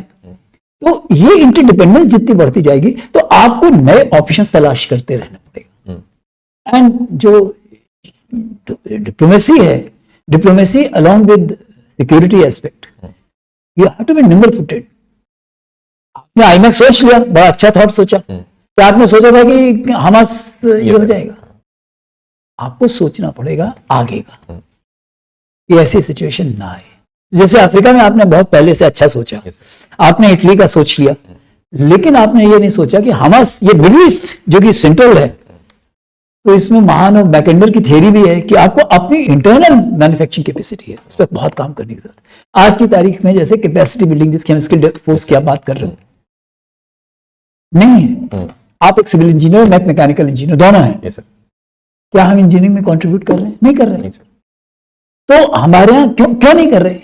मेरी तो समझ में आता है कि मैं फौज में गया और फौज में पढ़ाया, तो फौज के जितना काम था वो मैंने कर दिया, उसके बाद खत्म हो गया। लेकिन आपके जैसों को हम ट्रेन किया, क्योंकि सबसे बड़ा कारण क्या है कि आपको ऑप्शंस नहीं थे सिविल इंजीनियरिंग में, क्योंकि आपकी जो ट्रेनिंग है और जो इंडस्ट्री की रिक्वायरमेंट है, उसमें वाइड मिसमैच है। जब तक वो मिसमैच ब्रिज नहीं होगा, कि जो जैसे कि मेडिकल की ट्रेनिंग यहाँ पे है, वो बहुत अच्छा है कि आपके डॉक्टर्स जो होते हैं, जो आप मेडिकल कर रहे हैं, तो हॉस्पिटल उनके साथ है, तो skill development, on job training साथ साथ चल रही है। इंजीनियरिंग में तो ऐसा कुछ नहीं होता। आपने जो प्रोजेक्ट मल्टी स्टोरी बिल्डिंग का बनाया, अनलेस वो टेस्ट होगा कहीं, तो कैसे? नहीं तो वो तो प्रोजेक्ट कागज पे बन गया। जब आप वहां जा रहे हो ग्राउंड पे, तो जब सॉइल की आप टेस्टिंग कर रहे हो, सीबीआर टेस्ट की आप बात कर रहे हो, सीबीएम टेस्ट की बात कर रहे हो, तो आपको तो पता ही नहीं है कि कौन पेनिट्रोमीटर क्या होता है। तो सिलक्यारा इसीलिए तो हुआ, क्योंकि there is a wide gap. तो हम लोगों को अपनी कैपेसिटी पे काम करने की जरूरत है, जिससे कि हमारी इंटरडिपेंडेंस बढ़ती जाए देशों के साथ। जितना वो हम पे डिपेंडेंट और होते जाएंगे, उतनी हमारी बात उनकी, हम लोग एक दूसरे की बात, जैसे आज रशिया और हमारा है, रशिया को हमारी जरूरत है, हमको रशिया की जरूरत है, क्योंकि रशिया हमारे साथ आ रहा है, तो इसलिए अमेरिका को लग रहा है भाई इसके हमारे हाथ पर निकल जाए, तो अमेरिका हमारे साथ आने की कोशिश कर रहे हैं। तो हमको मल्टीपल ऑप्शंस डिप्लोमेसी में से क्रिएट करने पड़ेंगे। एंड चाइना पे हम बिल्कुल भरोसा तब तक नहीं कर सकते, क्योंकि ना तो वो 1914 के मैकमोहन लाइन को मानता है, ना एलएसी को मानता है। ये कोई गारंटी तो नहीं है कि कल को आप कह दो कि अच्छा LAC हम इसको इंटरनेशनल बाउंड्री कर देते हैं मैकमोहन लाइन को, तो नहीं मानेगा। भी नहीं मानेगा। पाकिस्तान से आज ये कह दो कि जो LC है हम इसको इंटरनेशनल बाउंड्री, वो तो आइडियोलॉजिकल लड़ाई है ना कि भाई हिंदू मुसलमान तो अलग अलग नेशन है, तो अगर आप वो लड़ते रहोगे तो कैसे काम चलेगा। तो जो आपके दुश्मन हैं उनको आपको रिड्यूस करनी है दुश्मनी, एंड वो कॉन्सेप्ट जो पहले हमारा चाइना के साथ था कि हम लोग जो है या पाकिस्तान के साथ, पाकिस्तान के साथ कि हम अपनी माइनॉरिटीज को अपीस करके रखेंगे जिससे कि पाकिस्तान आवाज ना उठा सके, डिडंट वर्क। 70 साल नहीं किया तो हमको एक नई पॉलिसी उनके साथ लानी पड़ी कि हम डेवलपमेंट करेंगे कश्मीर में। आई बिलीव कहीं एक बार LC पे 5 अगस्त 2019 का प्राइम मिनिस्टर गए थे, उन्होंने कहा कि वो देख रहे हो कि हमारे बॉर्डर के साइड जो LC के साइड वाला हिस्सा इतना दिवाली की तरह जगमगा जाना चाहिए कि उन लोगों को लगने लगे कि यहां हमें होना चाहिए था। तो इस तरह की आपको अपनी सिचुएशन क्रिएट करनी पड़ेगी ना, थॉट प्रोसेस आपको लाना पड़ेगा। चाइना के साथ चाइना सिर्फ एक भाषा समझता है, वो है पावर की। अगर आप पावरफुल है तो आपकी बात आज देखो आजकल उसकी आवाज थोड़ी बदलने लगी क्योंकि आप उसको खड़े हो उसके खिलाफ, और ये भी आप वो भी ये भी जानता है कि आपके साथ एक बहुत बड़ा देश भी है। लेकिन साथ ही ये हमको याद रखना चाहिए कि ओपन कॉन्फ्लिक्ट में आफ्टर 62 में हमने कहा था कि आपने अपने हवाई जहाज और अपने पायलट लेके आइए अमेरिका को, नोबडी के नहीं है। तो ये हम लोगों को हमेशा याद रखना चाहिए कि हमारी लड़ाइयां हैं, हमको अपने आप लड़नी पड़ेगी। उसमें हम कैसे दूसरों से मदद ले सकते हैं, और मदद वो तब करेंगे जब हम इंटरडिपेंडेंट। ये है मतलब अगर हमको US के साथ में जो बात की जाती है कि अलाइनमेंट करनी है तो अपने इंटरेस्ट पर अलायंस नहीं कर सकते, स्ट्रैटेजिक ऑटोनॉमी हमें मेंटेन रखनी चाहिए। हमारी कुछ पॉइंट्स पे है कि हम उनके साथ हो सकते हैं, तो हमारी मदद करो, हम तुम्हारी मदद करेंगे। सर एक चीज आजकल जैसे ये देखी जा रही है कि जहां जहां पर अमेरिका सपोर्ट कर सकता है, जैसे कि उसने इजराइल को सपोर्ट करना शुरू किया, यूक्रेन को उसने सपोर्ट करना शुरू किया। अभी बात की जा रही है कि अगर चाइना ताइवान पर अगर इस दौरान अगर इन्वेजन लॉन्च कर देता है तो उसको ताइवान को भी सपोर्ट करना होगा। फिर अभी बात हो रही है कि लैटिन अमेरिका में, मतलब वर्ल्ड वॉर 1 और वर्ल्ड वॉर 2 में जो चीज नहीं हुई वो इस बार लैटिन अमेरिका में एक नई वॉर फ्रंट खुलते हुए नजर आ रही है, जहां पर वेनेजुएला ने बोला कि हम गोवेना की टेरिटरी ऑक्यूपाई कर लें। उसने अपने रेफरेंडम कराया, 80% पॉपुलेशन ने कहा कि हमें वो टेरिटरी ले लेनी चाहिए, और Venezuela is a Russian ally. और तो अगर वहां पर भी ऐसी कोई कॉन्फ्लिक्ट शुरू होती है तो नेटो के पास क्या इतनी कैपेबिलिटी है कि वो हर जगह इतनी फ्रंट पर वॉर लड़ सके, और क्या अमेरिका के पास में इतनी इकोनॉमिक कैपेबिलिटी है कि हर जगह को हर वॉर को सपोर्ट कर सके? देखिए दो चीज, मतलब ऐसे में क्या आपको ग्लोबल ऑर्डर चेंज होते हुए नहीं नजर आ रहा? बिल्कुल ग्लोबल ऑर्डर चेंज होना शुरू हो गया है। उसमें क्या दोबारा जो बीच में वर्ल्ड वॉर 2 के बाद जो था अमेरिका की इकोनॉमी डोलड्रम्स में चली गई थी, लेकिन जो शेल गैस वहां मिला है उसने वहां काफी चेंज किया। वहां वायरस के बाद काफी चेंज आया है क्योंकि उनकी अमेरिकन इकोनॉमी बढ़ी है, अमेरिकन इकोनॉमी घटी, यूरोप घट गया, यूरोप घट गया, चाइना घट गया। अमेरिका की इकोनॉमी को नुकसान नहीं क्योंकि उन्होंने और प्रोडक्शन जो है आर्म्स एंड एम्यूनिशन का प्रोडक्शन जो है बढ़ा दिया। तो अच्छा अमेरिका की एक पॉलिसी शुरू से रही कि वो फ्रंटियर टेक्नोलॉजी किसी को नहीं देते, कंज्यूमर टेक्नोलॉजी देते हैं, फ्रंटियर टेक्नोलॉजी नहीं देते। फ्रंटियर टेक्नोलॉजी की वजह से क्या है कि वो जो है उनका रिसर्च पे काफी खर्चा करते हैं, तो वो एक कदम आगे की सोच रहे हैं, एक कदम आगे की सोच रहे हैं। तो जहां तक उनका नेटो का प्रश्न है, नेटो में ये उम्मीद करना कि इन फ्यूचर वो पूरी तरह कोसोवो टाइप ऑपरेशन करेगा नेटो उनके साथ, मुझे नहीं लगता, क्योंकि आज यूरोप की अपनी हालत काफी खस्ता है। अमेरिका अकेले जो है सब कुछ, वो जैसे कि रशिया ने बोला यूक्रेन उसकी रेड लाइन है, जॉर्जिया उसकी रेड लाइन है, अमेरिका की भी रेड लाइन जो है वो लैटिन अमेरिका में कुछ नहीं होने देगा। नाफ्टा वगैरह जो है उसमें कुछ नहीं होने देगा, come down with heavy hand, regime change करा देगा, ये करा देगा, वो करा देगा, जो उसको कराना करा देगा। जैसे कि नोरेगा ने आवाज उठानी शुरू की, उसने उठा के उसको बंदी कर दिया। सांदनिस्ता मूवमेंट जहां बढ़ने लगा उसने निकरागुआ में कर दिया। तो वो जो है बोल्सोनारो ब्राजील जूते से बड़े होने लगे, रिजीम चेंज हो गई। तो वो जो Latin America, central America and यही जो कनाडा के साथ भी उसका यही है, यहाँ ये उसकी रेड लाइन्स है, इसमें कुछ नहीं होने देगा चाहे कुछ हो जाए। तो जहां आपने निज्जर वाला केस हुआ, गुरबर्धन सिंह टंडू नहीं निकल के आता अगर निज्जर केस नहीं होता, और निज्जर केस भी उन्होंने किया। अच्छा, अमेरिकन ने उसको उठाया है। किसने मारा ये एक अलग प्रश्न है, किसने मारा ये मैं उसमें जाऊंगा भी नहीं, और पता भी नहीं है, पता भी नहीं है किसने मारा। लेकिन आपको चाबी देने के लिए, आपकी पूंछ पकड़ने के लिए उसने ये दोनों का केस की, क्योंकि कनाडा उसकी जज से बाहर नहीं हो सकता, कनाडा उसका इंटरेस्ट, यूरोप में उसके इंटरेस्ट है, यूरोप मिडिल ईस्ट में उसके इंटरेस्ट है। लेकिन जैसे चाइना आप बोल रहे, ताइवान एरिया अगर कहीं कल को अमेरिकन इन्फ्लुएंस से निकल गया तो ये गुआम का एरिया जो है, इसकी इंपॉर्टेंस है, ये तो थ्रेट हो जाएगा, तो इनका मेन बेस है। तो ताइवान वो अगेन उसकी एक रेड लाइन है, नहीं होने देगा चाहे कुछ हो जाए। आपकी एलसी पे आपको हवाबाजी करता रहेगा, लेकिन ये नहीं है। तो इसीलिए हमें जरूरत है कि अमेरिका से कहें भाई साहब अगर आप हमारी मदद, क्योंकि इंडिया अगर रहेगा ताइवान में कुछ नहीं, क्योंकि अगर ये उसका फ्रंट इंडिया एक्टिवेट कर देता है तो चाइना यहाँ कैसे, चाइना भी एक बार में 2 वॉर नहीं लड़ सकता दोनों फ्रंट पर। तो इसलिए ये इंपॉर्टेंस, हमको स्ट्रेटेजिक इंपॉर्टेंस क्रिएट करने की जरूरत है कि अगर हम 2 फ्रंट वॉर नहीं लड़ सकते तो चाइना कोशिश करेगा कि पाकिस्तान करे, तो अमेरिका जो है चाइना को 2 फ्रंट वॉर करा देगा, 3 फ्रंट, ऊपर में जापान भी करेगा, इधर से साउथ कोरिया भी करेगा। तो with this kind of a thing वो हैंडल हो जाएगा, क्योंकि वो गुआम को नहीं होने दे सकता। गुआम के बाद तो सीधा हवाई है, क्योंकि मेनलैंड आ गया। तो ये जो इंटरडिपेंडेंस है ये हम लोगों को ध्यान रखना चाहिए। अमेरिका इसीलिए उसके अपने ऑप्शंस वो क्रिएट करता रहता है, एक साथ वो पूरी लड़ाइयां नहीं करेगा। जो वॉरफेयर का एक आपको हिस्टोरिकल एग्जांपल देता हूं, भारतवर्ष में एक जब मुगल एम्पायर वीक होने लगा, कर्नाटका के इलाके में हैदर अली आया। हैदर अली ने क्या किया मैसूर में, उसने आइडेंटिफाई किया अपने 4 दुश्मन, निजाम, मराठास, ब्रिटिश और फ्रेंच। वो ना तो टीपू जैसा बड़ा जनरल था ना यंग था, लेकिन इन चारों को उसने कभी एक साथ नहीं होने दिया और उसका साम्राज्य बढ़ता रहा। लेकिन टीपू जो उससे बेटर जनरल था, उसने फ्रेंच के साथ में अलायंस, उसने इन चारों को एक साथ आने दिया और अपनी इंटरनल पॉपुलेशन जो उसने हिंदू मुस्लिम डिवाइड ऐसी क्रिएट कर दी, हिंदू उसके खिलाफ हो गए, हिंदू के खिलाफ हो गए, इंटरनली वीक होने लगा, दुश्मन एक साथ हो गए, हार गए। तो अमेरिका भी वो गलती कभी नहीं करेगा, क्योंकि ये स्ट्रैटेजिक इश्यूज हैं कि वो अपने दुश्मनों को कभी एक साथ नहीं होने देता।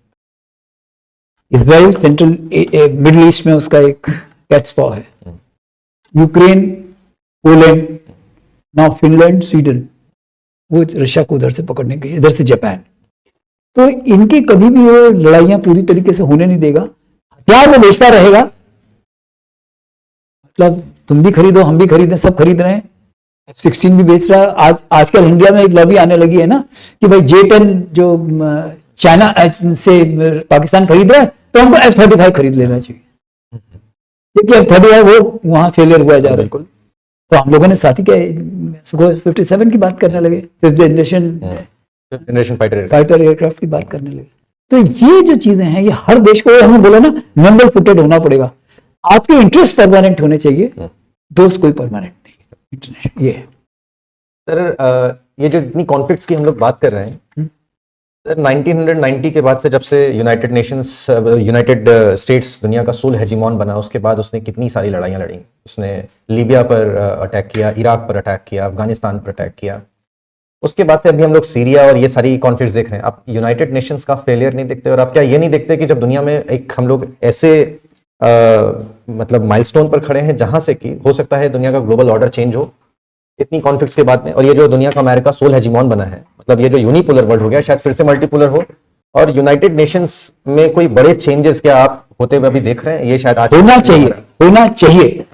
चाहिए, क्योंकि इसमें क्या है, अमेरिका इसीलिए आपको प्रमोट कर रहा है। अमेरिका मान गया है कि आपका सिक्योरिटी काउंसिल में आपका रोल आना चाहिए। इंडिया ने भी जो ये इंडो पैसिफिक में पैठ बना रहे हैं आइलैंड में, पापुआ न्यू गिनी वाले प्राइम मिनिस्टर मोदी के पैर छू रहे हैं कि मतलब इतनी दोस्ती बढ़ रही है आपकी, अफ्रीकन यूनियन से आपकी बढ़ रही है, तो आप ब्रिक में इन्फ्लुएंशियल हुए जा रहे हो, एससीओ में आपके बगैर काम नहीं चल रहा है, तो G20 हाँ G20 पहली बार ऐसा हुआ कि मतलब बहुत सक्सेसफुल इवेंट रही। तो इस सब के चलते इंडिया भी अपनी कोशिश कर रहा है। आज अमेरिका, यूके, फ्रांस, रशिया चारों चाहते हैं कि आप आ जाओ, it's only China. Yes sir. तो हम लोगों को अपनी इन्फ्लुएंस इस तरह से बढ़ाते हैं, इसलिए स्ट्रेटेजिक ऑटोनॉमी इंपॉर्टेंट है। यूएन का पहला आपका जो मतलब मूल प्रश्न है कि क्या यूएन इज लूजिंग रेलेवेंस आज की तारीख में? यस, आज की तारीख में। लेकिन यूएन जो है सिर्फ इंटरनेशनल डिस्प्यूट्स के लिए नहीं है, it is also for some humanitarian needs, it is world health. तो उसमें चाइना ने उनको काफी सबैच किया। WHO टोटली सबवर्टेड ऑर्गेनाइजेशन हो गया क्योंकि उनके पास फाइनेंशियल। तो alternate to China will have to be created to bring back, and जो अमेरिका जब तक नहीं चाहेगा, क्योंकि यूएन की जो सबसे बड़ी ताकत है वो अमेरिका उसको देता है, क्योंकि फंडिंग तो सबसे ज्यादा वहीं से है। तो हम लोगों को इस तरीके से कि जैसे IMF वगैरह में इंडिया का रोल बढ़ेगा, क्योंकि अमेरिका चाह के भी NSG में आपको नहीं दिलवा पाया मेंबरशिप, क्योंकि वीटो लगाया हुआ है चाइना ने। तो हम लोगों को इतना ज्यादा ये अपनी स्ट्रेंथ बढ़ानी है और चाइना के ऊपर घटानी है, जिसकी वजह से यूएन की रेलेवेंस तो बढ़नी चाहिए, लेकिन कितनी बढ़ेगी, कब बढ़ेगी is a question. Right now it is a defunct organisation, इसमें कोई शक नहीं। सर आज के लिए इतना ही रखें, हाँ, और फिर नेक्स्ट सेशन के लिए Next रखेंगे, session क्योंकि देखेंगे। अभी हाँ इस स्पेसिफिक पे बात हाँ करें। फिर स्पेसिफिक बात करेंगे। आई होप इट वाज हाँ अब काफी सर, काफी डाउट क्लियर हो गए। बिल्कुल सर, बिल्कुल ओके, थैंक यू। Okay.